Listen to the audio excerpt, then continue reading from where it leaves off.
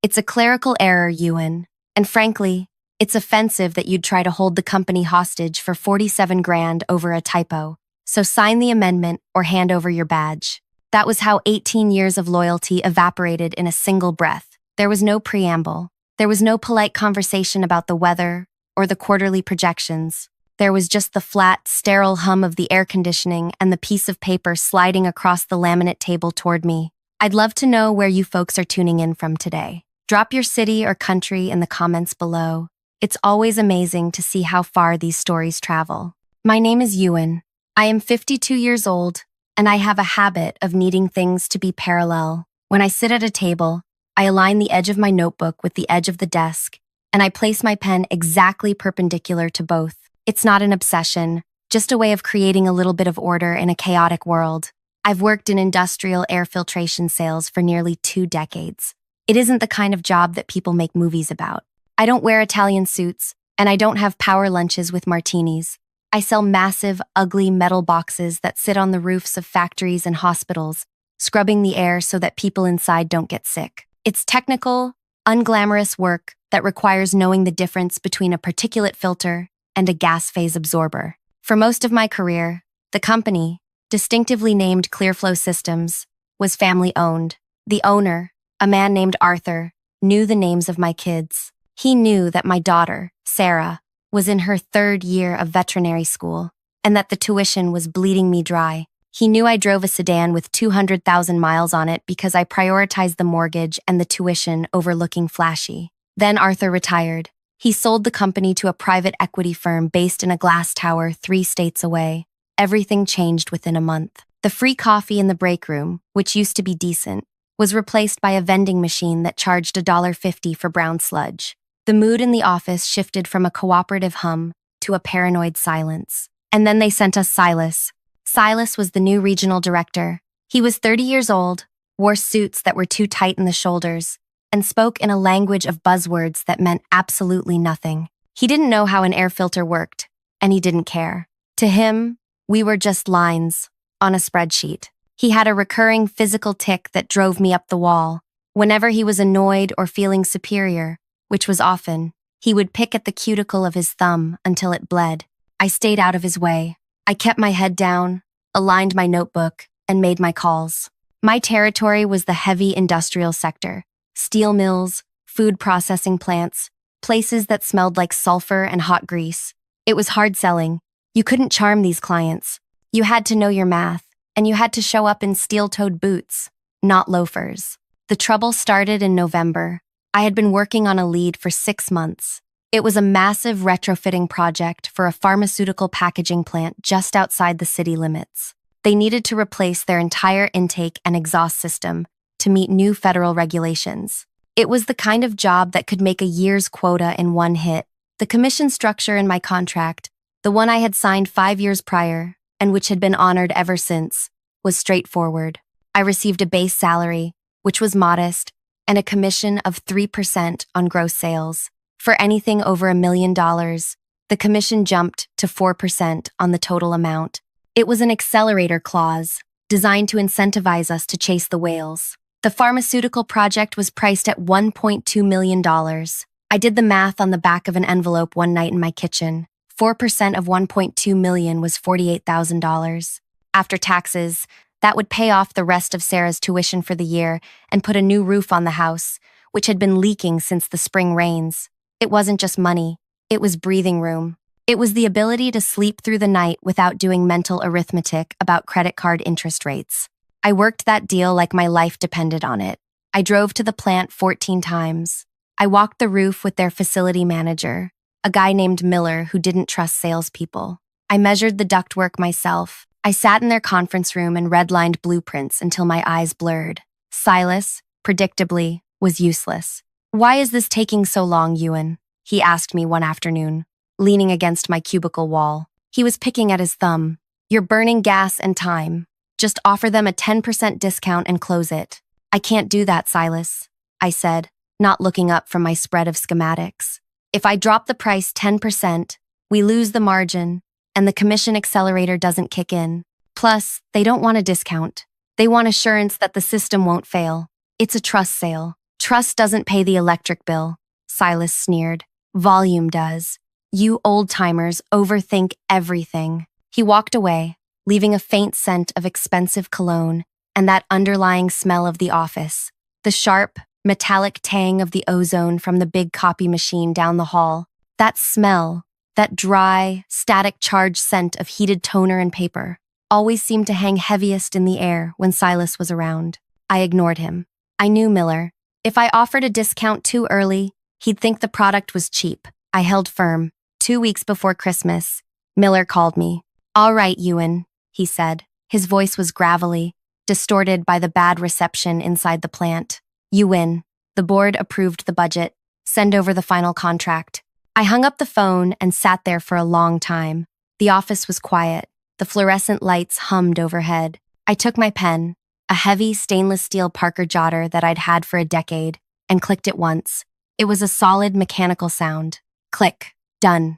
I prepared the paperwork. I checked every figure. The total contract value was $1,178,000. The commission was exactly $47,120.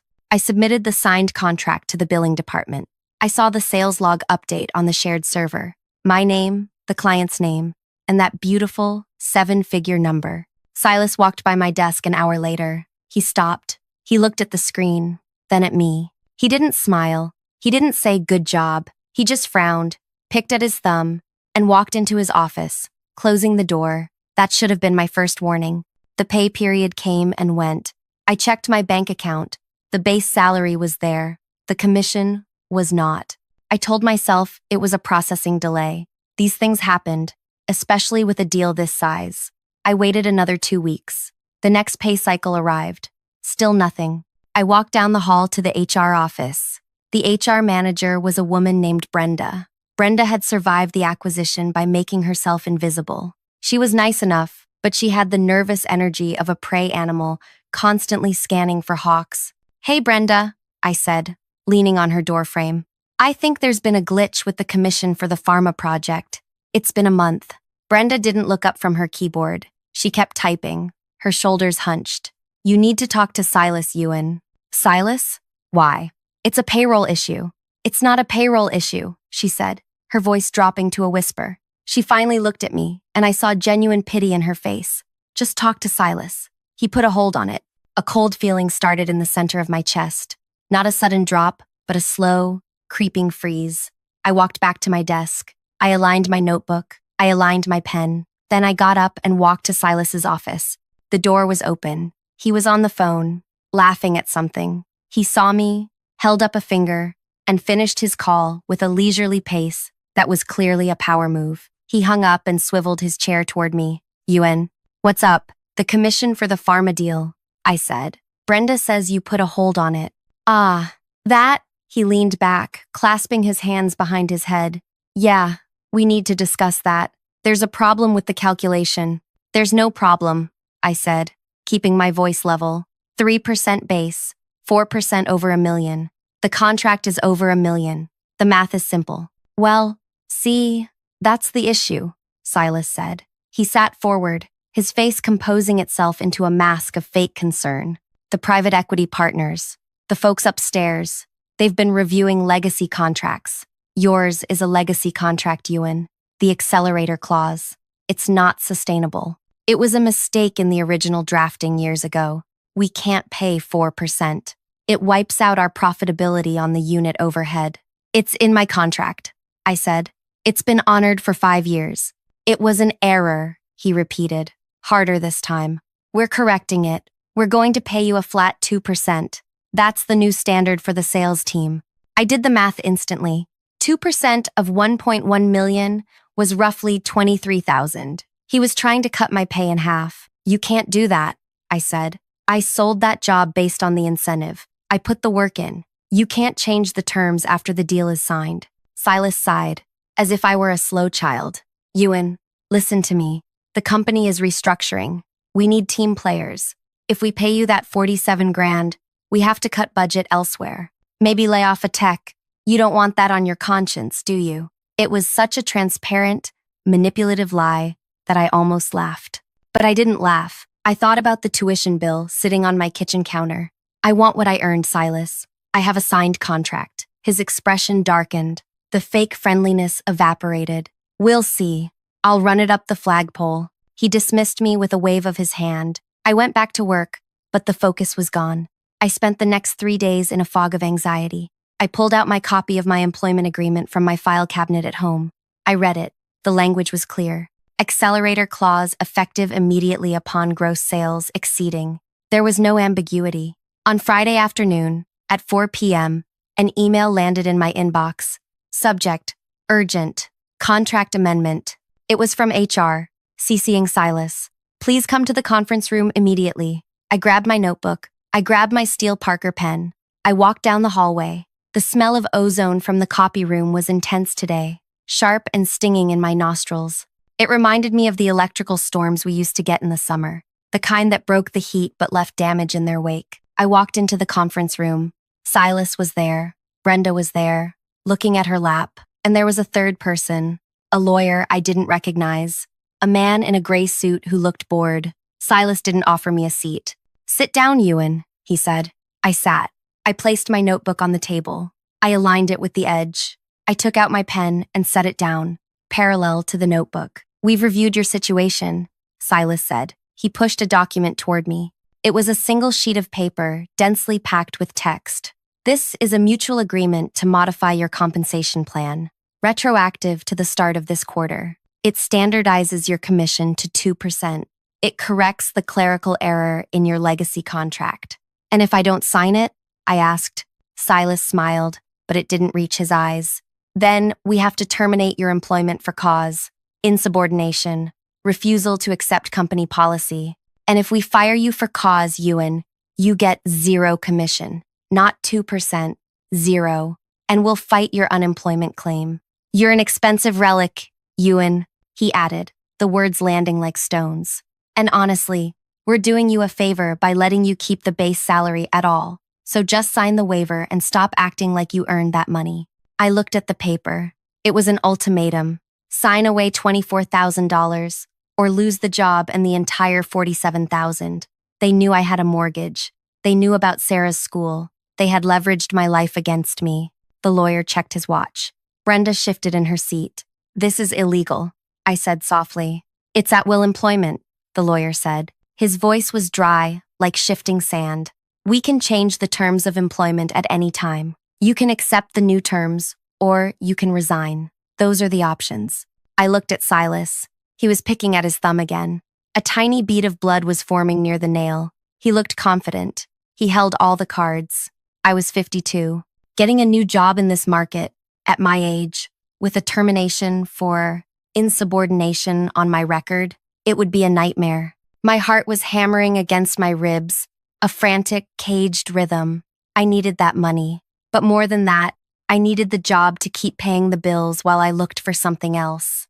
If I walked out now, I lost everything. I need to read it, I said. It's standard boilerplate, Silas said, annoyed. Just sign it. I read everything I sign, I said. It's how I do my job. Silas rolled his eyes and checked his phone. Fine. You have 5 minutes. I have a tea time. I picked up the document. I adjusted my glasses. I began to read. The document was titled Compensation, Adjustment, and Release of Claims.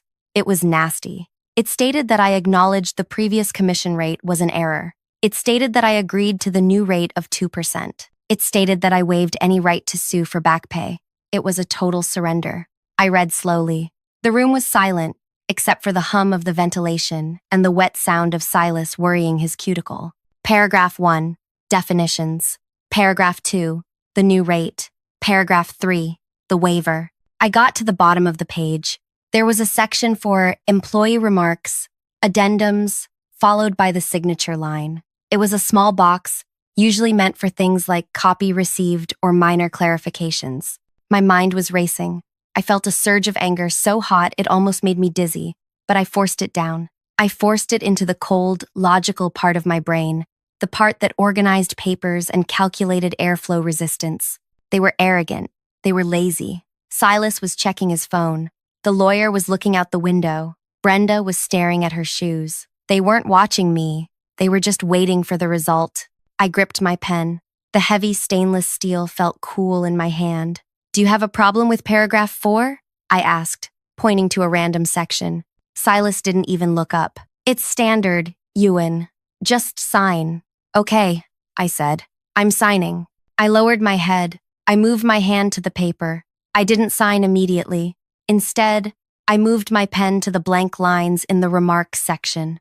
I wrote quickly. My handwriting is small, precise, and very legible. I wrote one single sentence, a sentence that changed the meaning of the entire agreement. Then, below that sentence, in the designated box, I signed my name, Ewan J. Miller. I capped my pen. The click sounded loud in the room. Done? Silas asked. Done, I said. I slid the paper back across the table. Silas didn't read it. He didn't even glance at the text. He saw the signature at the bottom, smirked, and snatched the paper up. See? Was that so hard? He stood up, handing the paper to Brenda. File this. Process his check for the 2%. Ewan, get back to work. He walked out of the room without looking back. The lawyer followed him. Brenda gathered her files. She paused for a second, looking at me with that same pity. I'm sorry, Ewan, she whispered. It's okay, Brenda, I said calmly. You just do what you have to do. She left. I sat alone in the conference room for a moment. My hands were shaking now. The adrenaline was crashing.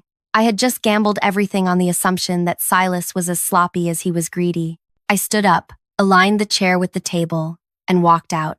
I went back to my desk. I continued my work. 2 days later, the deposit hit my account, $23,000, less than half of what I was owed. I paid the immediate bills. I sent a check to the veterinary college. I kept working. I showed up on time. I made my calls. I acted like a beaten dog. Silas gloated. He would walk by my desk and make comments. Glad you got with the program, Ewan. See, adaptation is key. I said nothing. I just cleaned my glasses and nodded. Inside, I was counting down. I needed a specific amount of time to pass. I needed the pay cycle to close completely, so that the transaction was a matter of permanent record. I needed them to feel safe. The atmosphere in the office grew worse. Emboldened by my submission, Silas started squeezing the other reps. He cut travel budgets. He changed the commission structures for the junior guys. He was tearing the department apart to boost the short-term margins, probably to secure a bonus for himself. He didn't know that inside my desk drawer, I had a photocopy of the document I had signed. Brenda, in her haste or perhaps her guilt, had left the original on the copier glass for about 3 minutes before filing it. I had walked by, seen it, and made a copy. The smell of ozone, that sharp, electric smell. It was the scent of the copy machine, and it was the scent of my insurance policy. I waited 2 weeks. On a Tuesday morning, exactly 14 days after I signed the document, I walked into the office. I didn't go to my cubicle.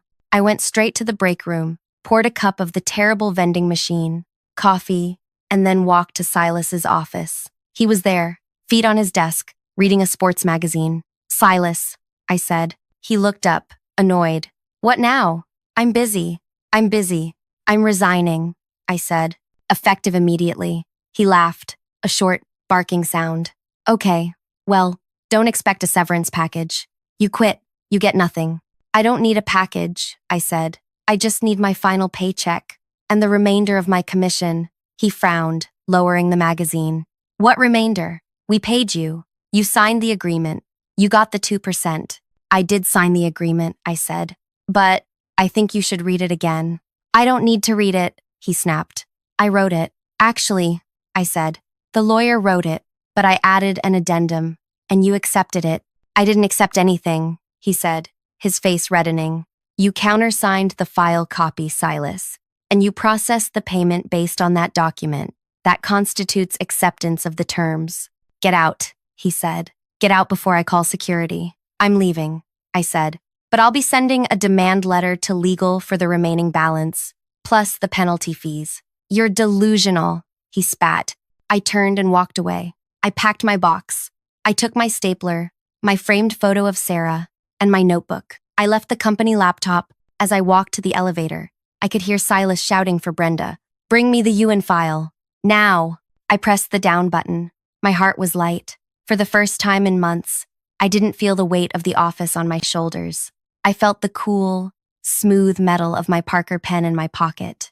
I stepped into the elevator. The doors closed, shutting out the smell of ozone and stress. I knew exactly what was happening upstairs. I knew Brenda was frantically pulling the file. I knew Silas was snatching it from her hands. I knew his eyes were scanning the page, looking for the signature, and I knew the moment he would see it, because what I had written wasn't just a complaint, it was a contractual clause. And because they were too arrogant to read it, and because they had acted on the contract by paying me the lesser amount, they had legally bound themselves to my terms. I walked out to my car, put my box in the passenger seat, and drove home. I made a sandwich. I sat on my porch. About an hour later, my phone rang. It wasn't Silas. It was the lawyer. "Mr. Miller," he said. His voice wasn't dry anymore. It was tight, controlled. "We have your personnel file in front of us." "Good afternoon," I said pleasantly. "We see an irregularity in the signed document." "No irregularity," I said. "It's very clear. It's in the remarks section, right above the signature line. You added a sentence." "I did. And your client accepted the contract by processing the payment and continuing my employment for 2 weeks under those terms. That's performance of contract." There was a long silence on the other end of the line. "What do you want?" the lawyer asked. "I want you to honor the agreement," I said. "The full agreement." The silence stretched again. I could almost hear them sweating. I could imagine Silas in the background, his face purple, picking at his thumb until it was raw. I hung up. I knew the fight wasn't over, but I knew I had them.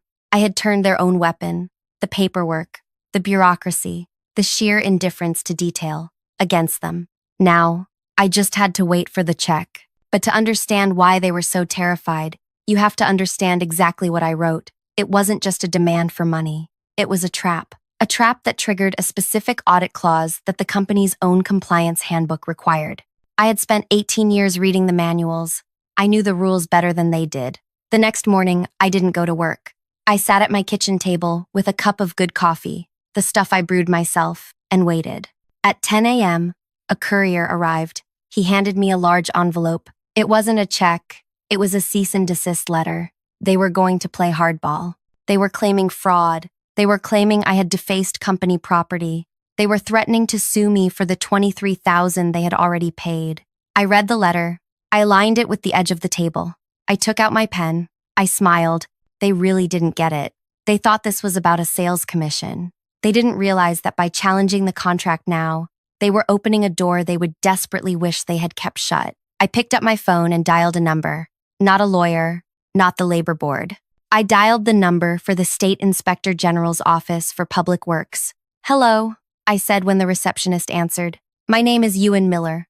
I'd like to report a violation of federal contracting compliance regarding the Redstone Pharmaceutical Project, and I have the documents to prove it." Because that was the other thing about the pharmaceutical deal. It wasn't just a commercial job. It involved government grant money for green energy upgrades. And to get that money, the contractor, Clearflow Systems, had to certify that all labor practices and compensation structures met specific federal standards. By illegally altering my commission to avoid paying a prevailing wage equivalent, they hadn't just stiffed me, they had committed grant fraud. And the sentence I added to the contract? It was the key that locked them into that fraud. I took a sip of my coffee. It tasted perfect. I was ready for the endgame. The cease and desist letter sat on my dining table for 2 days. It was a thick, angry document, printed on heavy bond paper, full of words like defamation, tortious interference, and breach of confidentiality. It demanded that I retract my statements, return all company property, which I already had, and cease communication with any government entities. I didn't retract anything. I didn't call a lawyer. I just went to the hardware store. I bought 3 buckets of roof sealant and a new extension ladder. If I was going to be unemployed and under siege, I was finally going to fix the leak in the master bedroom. Up on the roof, the air was different. It was cold and crisp, smelling of wet leaves and wood smoke from the chimney 2 houses down. It didn't smell like ozone.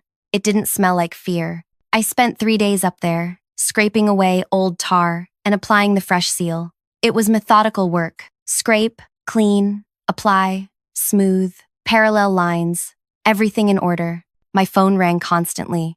I let it go to voicemail. First, it was the company lawyer, then Brenda from HR, sounding breathless and terrified, asking me to please just call them back. Then, finally, Silas. Silas left 5 voicemails. The first was aggressive. Ewan, you're making a huge mistake. The third was bargaining. Look, maybe we can work out a severance package. The 5th was purely manic. You need to pick up the phone, Ewan. You don't understand what you've done. I understood exactly what I'd done. On the 4th day, a sedan pulled into my driveway. It wasn't a company car. It was a black Ford Taurus with government plates. A woman stepped out. She was in her 40s, wearing a functional navy blazer and carrying a leather portfolio. She looked like she didn't have a sense of humor, which was exactly what I was hoping for. I climbed down the ladder, wiping my hands on a rag. "Mr. Miller?" she asked. "That's me. I'm Agent Kowalski, Inspector General's office. You called about the Redstone Pharmaceutical grant compliance?" "I did," I said. "Would you like some coffee? It's fresh." We sat at my kitchen table. I aligned my coasters. I placed the sugar bowl in the exact center of the table. Agent Kowalski opened her portfolio and took out a notepad. "You alleged that Clearflow Systems is falsifying wage reports to meet federal grant requirements," she said.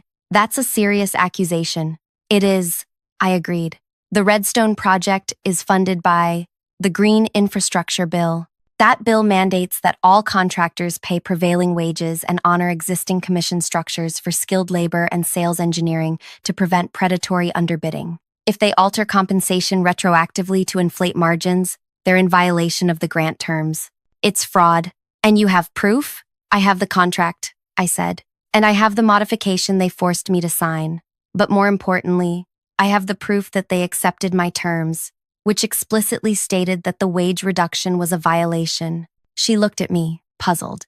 "They accepted terms stating they were violating the law?" "They didn't mean to," I said. "But they did." I walked to my file cabinet and pulled out the photocopy of the document I had signed in that sterile conference room, the one with the ozone smell. I slid it across the table to her. She read it. Her eyes scanned the standard boilerplate, the paragraphs of legal jargon designed to strip me of my rights.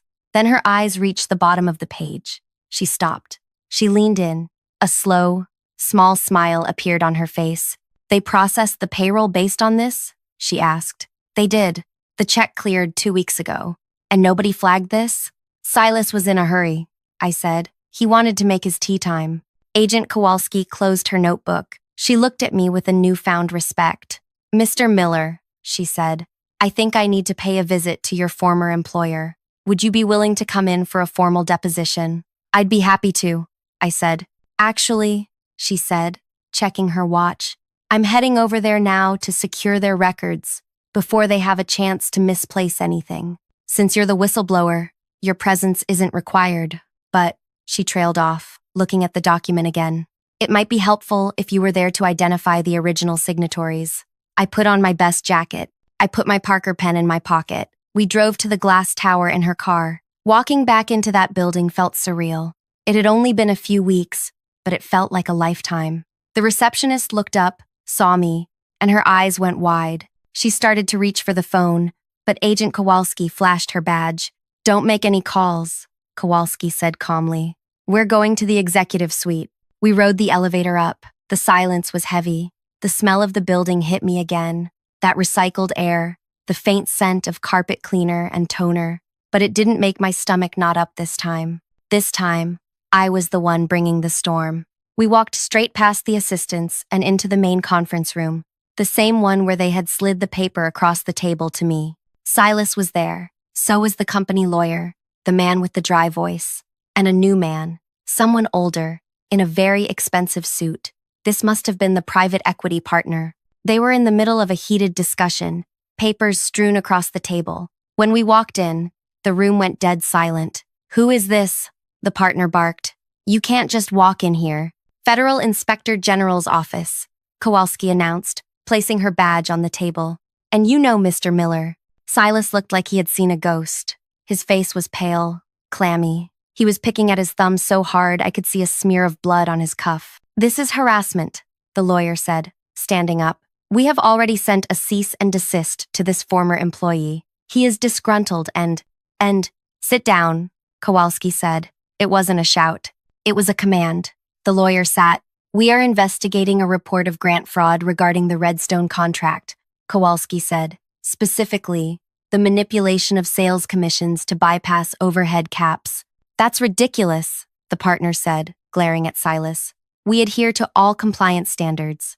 We corrected a clerical error in Mr. Miller's contract. He agreed to it. He signed the waiver. I did sign it, I said. My voice was calm. I stepped forward to the table. I didn't sit. I stood at the end, looking down at them. But you didn't read what I signed. We read it, Silas shouted. His voice cracked. It was the standard form. Show them, Silas, I said. Show them the document. The one you filed. The one you used to cut my check. Silas looked at the partner. The partner nodded, his eyes cold. Silas fumbled with a folder in front of him. His hands were shaking. He pulled out the sheet of paper. It's right here, Silas said. He signed it. Ewan J. Miller. Read the section above the signature, I said. The remarks box. Silas looked down. He squinted. The room was so quiet you could hear the hum of the hard drive in the corner. It says, Silas started, then stopped. He swallowed hard. Read it, the partner demanded. Silas's voice was a whisper. It says, Addendum A.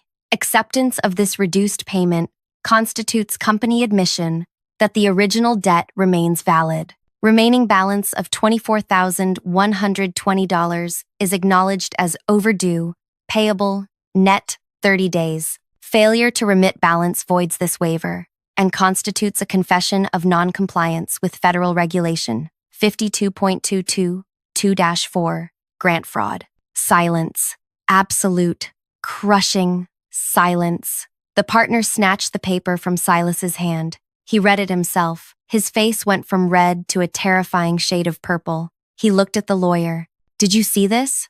The partner hissed. The lawyer looked sick. I prepared the blank form. I didn't review the executed copy. Silas said he handled it. He said the employee just signed it. You processed the check, I said softly. You paid me the $23,000. In contract law, that is performance. You accepted the counteroffer. By paying me the lower amount, you legally agreed that it was only a partial payment and that you were admitting to the fraud if you didn't pay the rest. I looked at Silas. He had stopped picking his thumb. He was just staring at the table, realizing his life was over.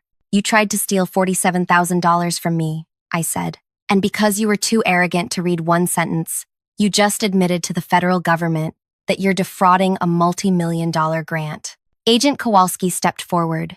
If that document is the basis for your payroll records, she said to the partner, then you have legally certified that you are in non-compliance, which means the Redstone grant is immediately suspended pending a full audit. We'll be seizing your servers now. The partner looked at me. There was no arrogance left, only calculation. He knew how much the Redstone deal was worth. He knew how much a federal fraud investigation would cost. It would destroy the firm's reputation. It would kill the stock price. Everyone out, the partner said, except Mr. Miller and the agent. Silas, get out, he added, his voice like ice. Silas stood up. He looked at me one last time. There was no hate in his eyes anymore, just shock. He walked out of the room, and I noticed he forgot his phone on the table. He was a man walking to his execution. The lawyer followed him, looking at the floor. When the door closed, the partner turned to Agent Kowalski. How do we fix this? He asked. I can't fix your fraud, Kowalski said. But Mr. Miller here seems to have a valid contractual claim for unpaid wages. That's a civil matter. The fraud, that's criminal. Unless, of course, it was a clerical error that is immediately rectified. She looked at me. She was giving me the opening. It seems, I said, looking at the partner, that there was a misunderstanding. Silas seemed to think my commission was an error. But clearly, based on the addendum I wrote and you accepted, the company always intended to pay the full amount.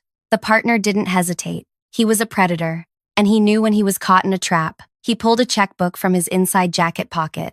The balance was $24,000, he asked, plus interest, I said, and legal fees, and a consulting fee for the time I've spent correcting your compliance records. He didn't blink. How much? $80,000, I said, total. and a letter of recommendation stating I resigned in good standing. It was nearly double what they owed me, but it was a fraction of what they would lose if Kowalski formally filed the fraud charges that afternoon. The partner wrote the check. He tore it out with a sharp rip that echoed in the room. He slid it across the table. And the investigation? He asked Kowalski. Kowalski looked at the check, then at the document. If the employee is paid in full according to the original contract terms, then the confession of non-compliance in his addendum is moot. I'll still need to review your books for the next 6 months, but I won't shut down the Redstone site today. She picked up the document, the one with my handwriting on it, and put it in her portfolio. I'll keep the original, she said, for my files. I picked up the check. I aligned it with the edge of the table. I checked the date. I checked the signature. Thank you, I said. I turned and walked out. I walked past Silas's office. He was packing a box. Security was standing at the door, watching him. He looked up as I passed. He looked small. He looked like a line on a spreadsheet that had just been deleted. I didn't stop. I didn't say anything. I just clicked my Parker pen once, a solid, mechanical sound, and kept walking. The elevator ride down was fast. When the doors opened to the lobby, the air rushed in. It wasn't recycled. It was the air from the street, smelling of exhaust and coffee and rain. It smelled real. I drove straight to the bank. I deposited the check.